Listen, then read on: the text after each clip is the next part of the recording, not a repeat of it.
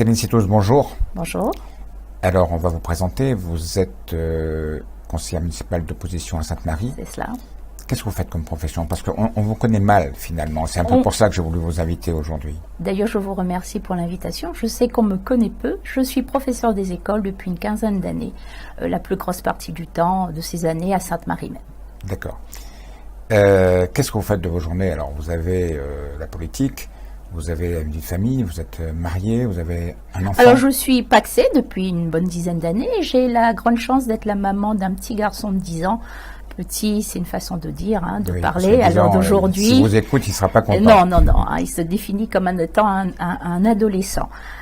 Et je respecte sa façon de voir les choses.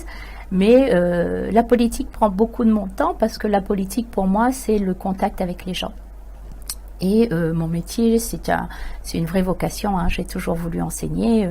J'ai choisi mon métier à l'âge de 6 ans. Donc, c'était quelque chose que je voulais faire. Et à 6 ans, c'est vrai qu'on est très loin de ce genre de choses. Mais moi, je voulais être maîtresse. Il y en a qui jouent à dinette et qui voulaient être maîtresse, mais vous l'avez réalisé. Moi, je voulais être maîtresse et je l'ai réalisé. Tout mon cursus a été fait, scolaire a été fait dans ce but. D'où vous est venue cette passion de la politique? Très jeune, très jeune. Je me suis intéressée à la politique en arrivant au collège. Parce que c'est là que j'ai découvert les leçons d'instruction civique qu'on n'avait pas en école primaire. Et là, je vous parle de plus de 35 ans en arrière. Et j'ai découvert donc les différents mouvements politiques, etc.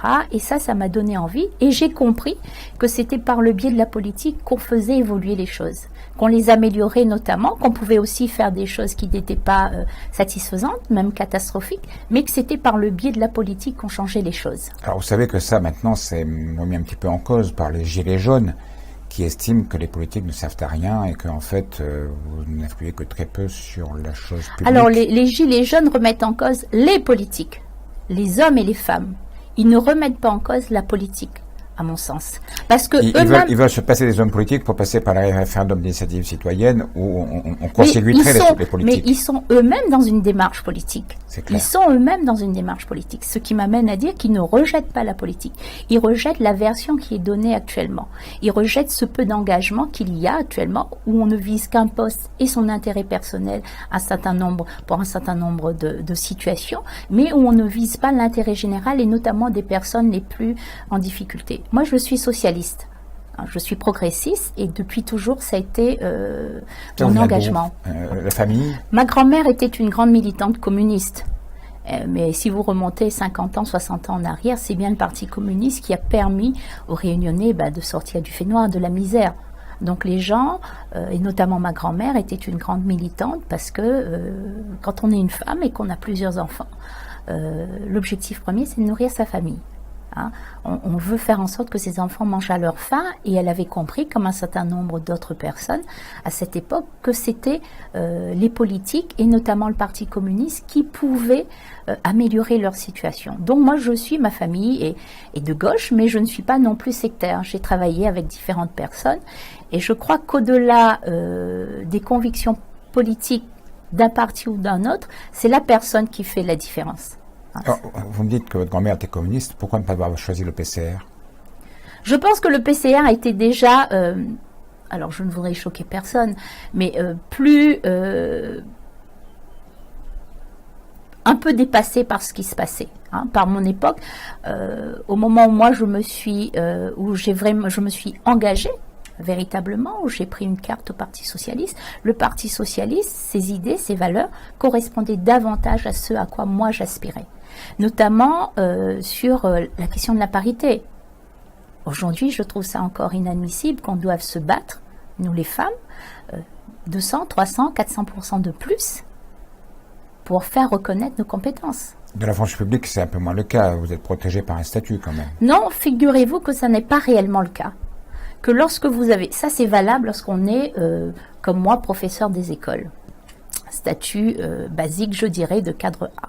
Mais lorsque vous cherchez à vous élever et à gravir les différents échelons, il y a quand même une influence selon que vous soyez un homme ou une femme. Donc il y a notamment dans la fonction publique territoriale, il y a quand même des mémoires rédigées par des agents qui passent les concours d'administrateurs de la fonction publique, donc les plus hauts postes, l'INET, et qui a établi des rapports qui mettent en cause effectivement une vraie chance, égalité de chance, que l'on soit femme ou homme, au sein de la fonction publique. Alors vous avez adhéré au PS, vous avez longtemps été PS, et puis là, surprise, parce que vraiment c'est une surprise pour tout le monde, personne ne s'y attendait, vous avez annoncé que vous ne feriez plus cavalier avec Christian Annette pour les prochaines municipales et que vous quittiez le Parti Socialiste. Alors expliquez-nous un petit peu, parce que j'avoue que vous n'avez expliqué ça à personne. Qu'est-ce qui a justifié cette décision? Alors, je ne l'ai expliqué à personne parce que, à mon sens, il aurait fallu que j'aille dans beaucoup trop de détails. Parce que c'est une succession de choses. Ceux qui me connaissent savent que je suis quelqu'un de très posé.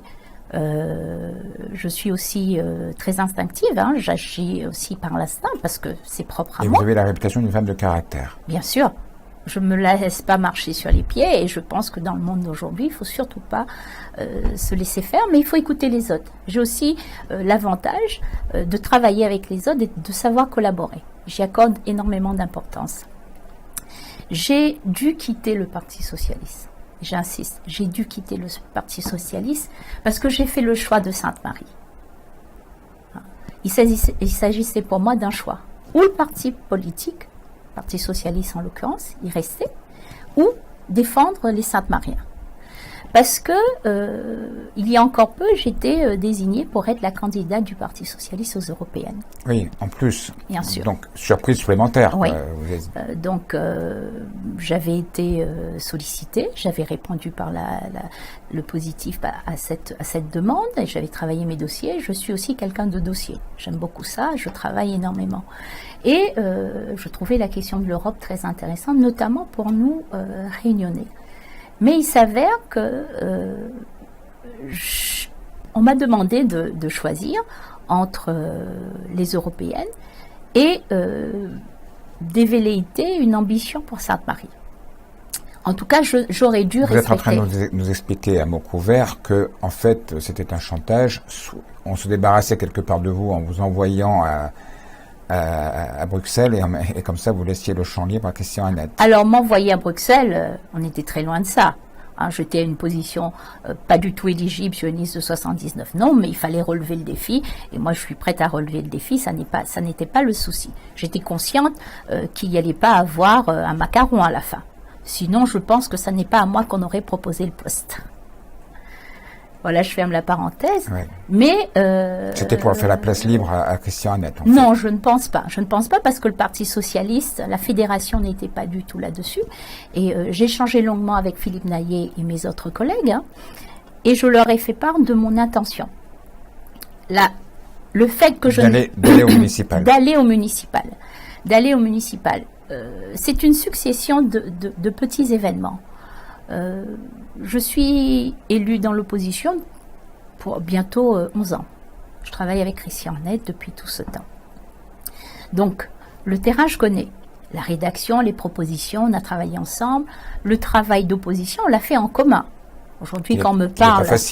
Qui n'est pas facile. Le travail d'opposition n'est pas facile, mais le travail d'opposition à Sainte-Marie, encore moins. Nous avions un maire, précédent maire, qui avait une grande capacité, c'était celle de phagocyter l'opposition, toute l'opposition naissante. Combien d'élus de sa majorité étaient d'anciens opposants? C'est une qualité en soi. Donc, tenir tout ce temps, j'ai appris énormément de choses. Ce que j'ai appris aussi, c'est que lorsqu'on va à des élections, quel que soit le résultat que l'on fait, la campagne que l'on mène, il y a un moment où il faut tirer le bilan de tout ça. Il faut analyser. On appelle le débriefing, mais une fois qu'on a fait le débriefing, il faut l'utiliser pour la précédente, pour la prochaine bataille. Et malheureusement, on ne l'a pas fait. On ne l'a pas fait. En interne, c'est-à-dire au sein de ma section socialiste, excusez-moi, qui est... dirigée par Christian Annette, j'ai fait état, à 2 ou 3 reprises, du fait que la candidature de M. Annette passait mal. C'est une réalité. au-delà du gros travail d'opposition qui est quand même félicité, quel que soit le bord politique, on nous encourage, on reconnaît notre valeur, mais il n'y a pas d'adhésion populaire. Il n'y a pas d'adhésion. Donc il faut bien un moment qu'on se pose la question de tout ça et qu'on en tire les conséquences, parce que l'intérêt, c'est d'avancer. On ne peut pas toujours foncer dans un mur. Savoir que l'on va échouer, il faut une sacrée motivation pour se lancer dans un combat en sachant que l'on va échouer. Moi, ça fait quand même 11 ans et j'avais cette nette impression, et je l'ai toujours. C'est pour ça que j'ai pris cette décision, notamment de monter une liste pour les élections municipales de 2020. Cette décision, vous l'avez prise quand ? Je l'ai prise au début du mois de novembre. J'ai arrêté mon choix au début du mois de novembre. Depuis 2 ou 3 mois, je réfléchissais très sérieusement et je m'étais concertée avec un certain nombre de personnes, dont quelques camarades de ma section, donc qui ont un point de vue politique, mais aussi beaucoup de gens qui ne sont pas, comme ils se disent, politiques. Parce que c'est la très grande majorité des gens. Et leur perception, pour moi, était plus importante que celle d'analystes politiques. Donc, j'ai pris ma décision au début du mois de novembre et j'en ai fait part à M. Annette. En cours d'un entretien. Comment dire ? Rien. Je vous dis rien, c'est-à-dire aucune question. Je pense que oui.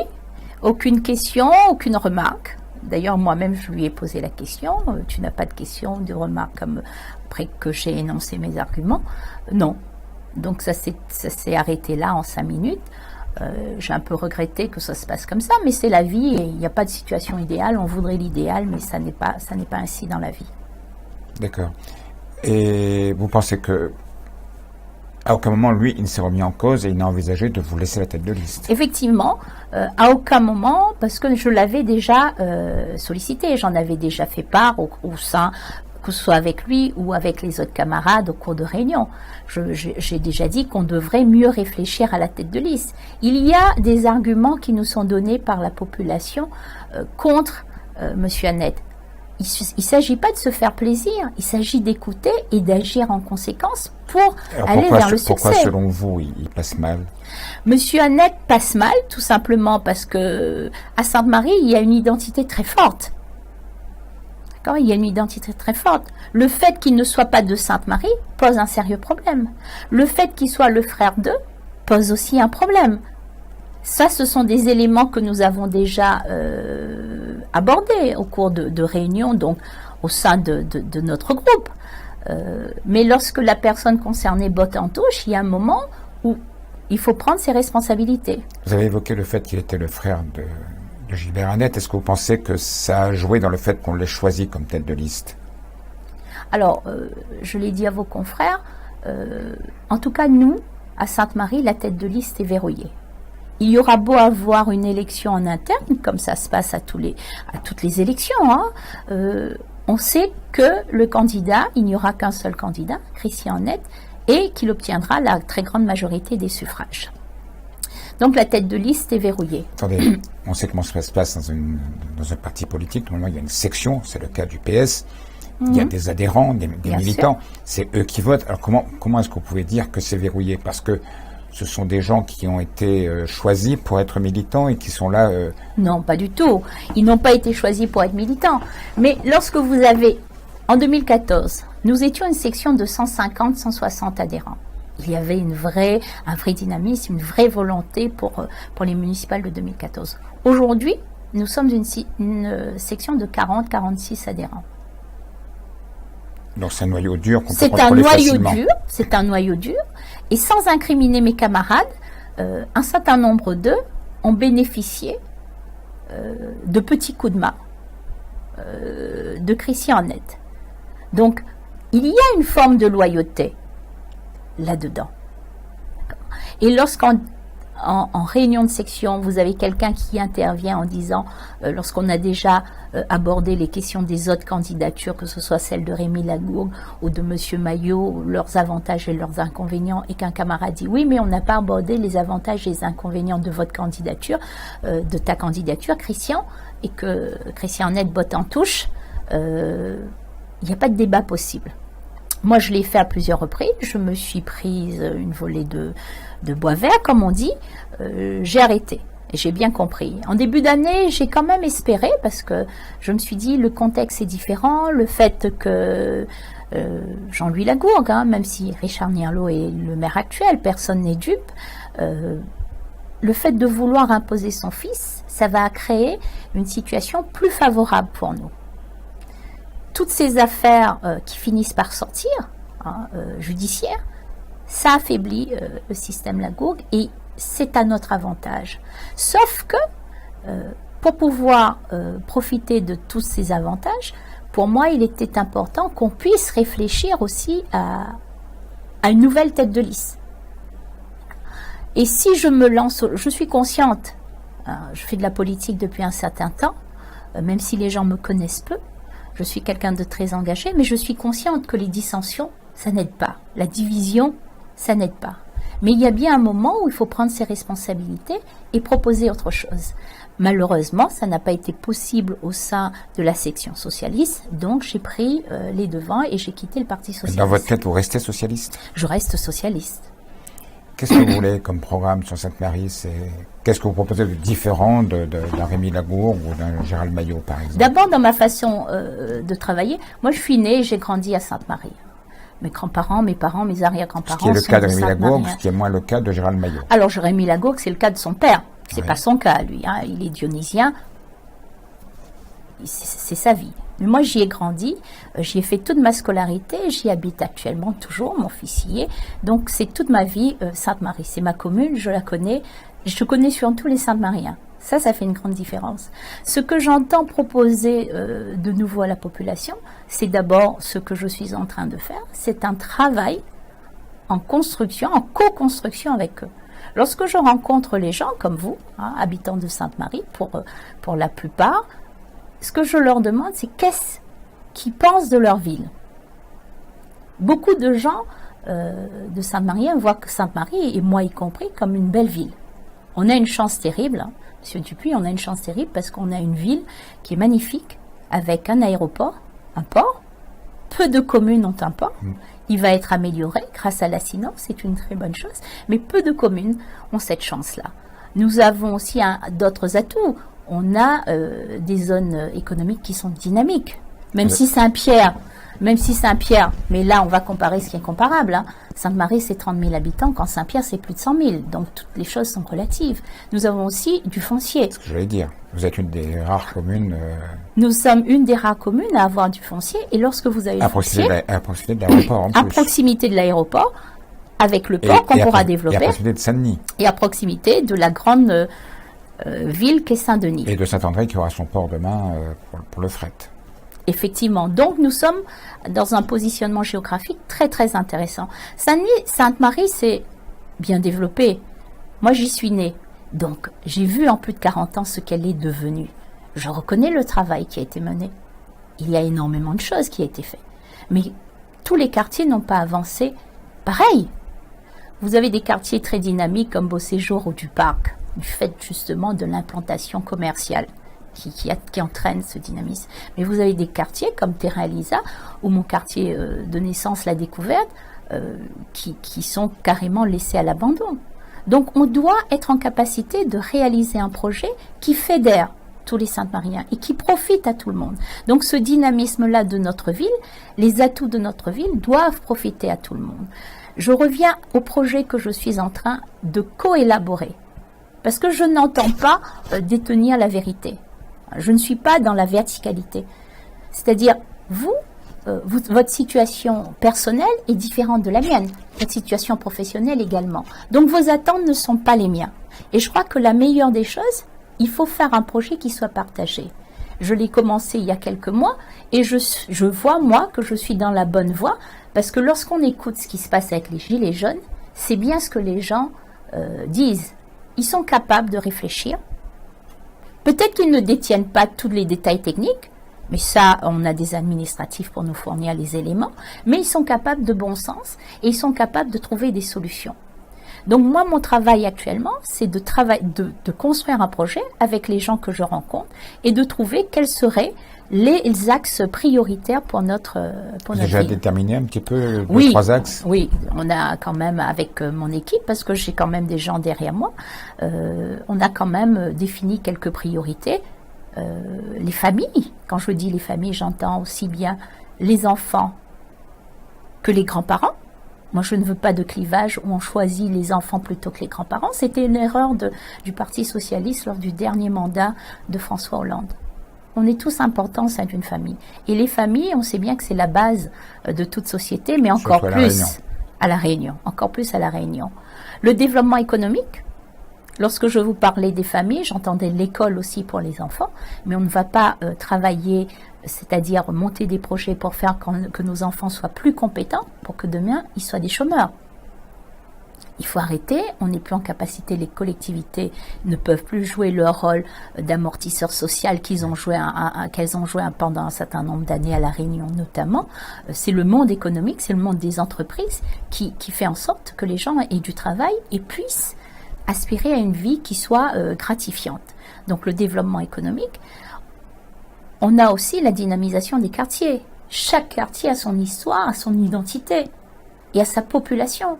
Donc on doit pouvoir répondre aux besoins de la population. Ils ne sont pas, on se trompe, hein, les besoins de la population, ils ne sont pas énormes. Ils ont besoin d'avoir des quartiers qui soient propres, sécurisés, où ils se sentent bien. Parce que chacun a sa petite maison et chacun va qu'à ses occupations. Mais on est quand même soucieux de la propreté, notamment de son quartier. Et on sait que la question de la propreté est un vrai problème dans toute la Réunion, dans beaucoup de nombre de pays, mais notamment dans les quartiers. Ça dépend plus de la CINOR. Non. Là, ce que vous me dites, là, c'est la propreté, l'enlèvement des déchets, etc., des gros déchets. Mais lorsque vous avez l'entretien de la voirie, ça ne dépend pas de la CINOR, ça dépend vraiment de la mairie. L'embellissement des quartiers, faire en sorte que vous habitiez dans un quartier qui soit agréable, ça dépend effectivement d'une mairie. Aujourd'hui, l'image de Sainte-Marie, c'est une ville qui est la ville dortoir de Saint-Denis. Les gens viennent travailler à Saint-Denis et vont se loger à Sainte-Marie. Est-ce que c'est quelque chose que vous souhaitez casser, ça, ou est-ce que ce qu'on fait, on peut très bien le concevoir comme ça, que c'est pas gênant? Alors d'abord, je m'inscris en faux. Sainte-Marie n'est pas une ville dortoir. Ça, c'est votre approche. Mais pour nous qui sommes Sainte-Mariens, qui y habitons et qui avons grandi, ça n'est pas une ville dortoir. C'est une ville qui manque notamment d'animation et d'un développement culturel. Ça, c'est une vraie réalité. Mais ça n'est pas une ville dortoir. Il n'y a qu'à voir tous les atouts que nous avons sur notre territoire, en termes économiques, en termes de zones commerciales, de zones d'activité, etc. On peut faire beaucoup mieux.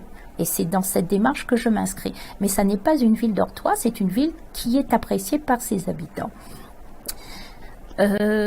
Qu'il y ait des gens qui soient venus s'installer à Sainte-Marie, pour moi, c'est une très grande chance. Notamment, ça nous apporte du pouvoir d'achat. Oui, des impôts locaux. Hein, Donc, c'était dans ce sens-là, du pouvoir d'achat. Lorsque vous achetez à Sainte-Marie, où le coût du terrain est assez exorbitant, on n'est pas à Saint-Gilles, mais ça coûte très très cher, vous allez y construire votre maison, donc vous finirez par payer des impôts locaux. Et cet argent reviendra dans les caisses de la mairie. Donc, il y a moyen, sans changer les taux, sans bouger les taux, il y a toujours plus d'argent chaque année. Donc, il y a moyen de faire des projets et d'orienter l'argent comme il faut pour réaliser les projets que l'on veut. Et le foncier qu'il y a sur Sainte-Marie, on pourrait en faire quoi selon vous ? Alors, je crois que de toute façon, il nous faut réfléchir à des zones d'activité. On sait bien la réalité des choses. Les chefs d'entreprise, les entrepreneurs ont besoin de locaux. À La Réunion, il n'y a pas assez de locaux commerciaux, c'est une évidence. Il n'y a pas assez de locaux commerciaux et il y a surtout des locaux commerciaux qui sont à un prix très élevé. Et dès que l'on a une difficulté, eh bien, l'entreprise est en grande difficulté et les salariés également. Donc, il faut quand même que la puissance publique s'attaque très très sérieusement à ce genre de situation et créer les conditions. C'est ça que les collectivités doivent faire. Les communautés d'agglomération comme la CINOR, qui est la plus puissante de la Réunion, c'est à ça qu'elle doit s'attacher. Créer les conditions que les chefs d'entreprise puissent s'installer et créer de l'emploi. Ça n'est pas les mairies, ce ne sont pas les mairies, ce ne sont pas les communautés d'agglomération qui vont embaucher les gens. Ce sont bien les chefs d'entreprise. Mais les chefs d'entreprise, hommes et femmes, ils ont besoin d'avoir des conditions de travail qui soient plus ou moins sereines pour pouvoir se lancer.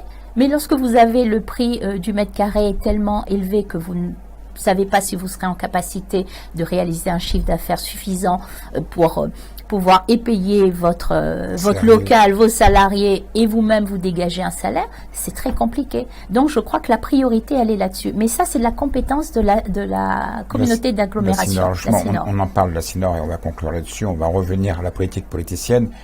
On a évoqué la candidature de Christian Net, on a évoqué la candidature de Rémi Lagourgue. Gérald Maillot, vous en pensez quoi? Gérald Maillot, c'est d'abord un de mes collègues. Nous avons été aussi un ami au Parti Socialiste, mais aussi je suis élue à la CINOR. Lorsque Gérald Maillot a déclaré sa candidature, passé le temps de la surprise, je me suis demandé pourquoi. Et j'ai estimé aussi qu'à ce moment-là, que nous-mêmes, au sein de la section socialiste, avec Christian Net, nous aurions dû réagir. Réagir dans le sens où Gérald Maillot, sous des airs très familiers, très sympathiques, n'est pas suicidaire.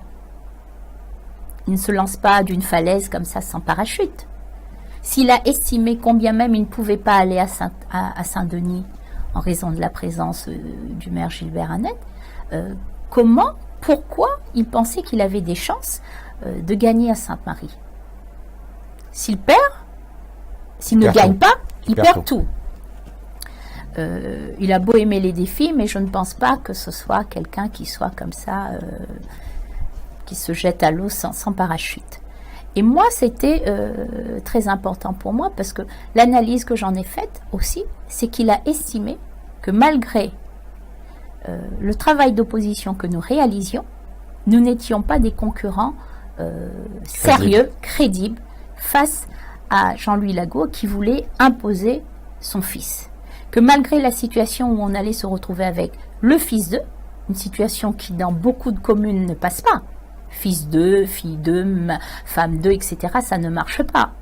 On est à Sainte-Marie, la situation est aussi différente. Moi, je suis aussi très consciente de ça. Mais M. Maillot a estimé qu'il pouvait venir concourir à Sainte-Marie. Moi, je pense que ça aurait dû nous mettre la puce à l'oreille. Ça aurait dû nous alerter sur le fait, au-delà de l'offuscation, il n'a pas pris contact avec nous, il a fait ce qu'il a voulu.